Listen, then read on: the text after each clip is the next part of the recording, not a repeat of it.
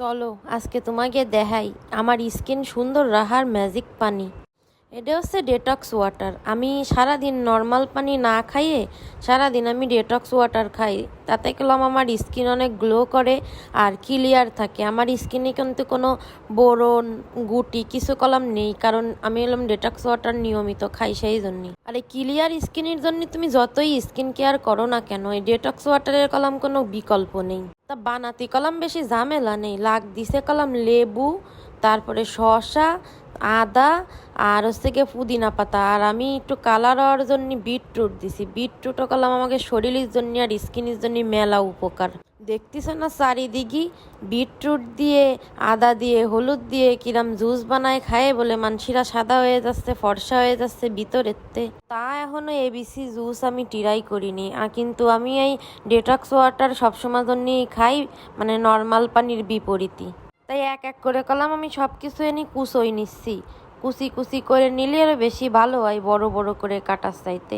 কাইটে কাইটে একটা বাটির মধ্যে উঠোই নিচ্ছি। এগুলো দিয়ে আমি আজকে ডেটক্স ওয়াটার বানাবো। এবার আমার বিটরুটটা কাটা হয়নি, বিটরুটটারও এরমভাবে কুচি কুচি করে নিচ্ছি। বিটরুট দিলি কলাম ডেটক্স ওয়াটারের কালারটাও অনেক সুন্দর আসে। খাওয়া শেষ হলে তুমি যতবারই পানি দাও না কেন, আস্তে আস্তে দেখবা কালার চেঞ্জ হয়ে আসবে। প্রথমে বানালি তো লাল কালার থাকবে, তারপরে পানি পাল্টাতে পাল্টাতে সুন্দর একটা গোলাপি কালার হয়ে যায়। তা রান্নাঘরের মধ্যে গাছ লাগানো শ্যানতে কলাম আমি কয়টা পুদিনা পাতাও ছিঁড়ে নিছি। ছিঁড়ে নিয়ে বড় একটা জগের ভিতরে এক এক করে পুদিনা পাতা, শসা, লেবু, তারপরে আদা, তারপরে এখন দিয়ে দিচ্ছে বিটরুট। তারপর সব কিছু দিয়া হয়ে গেলি এরপরে উপরেতে ফেলাই দেব পানি।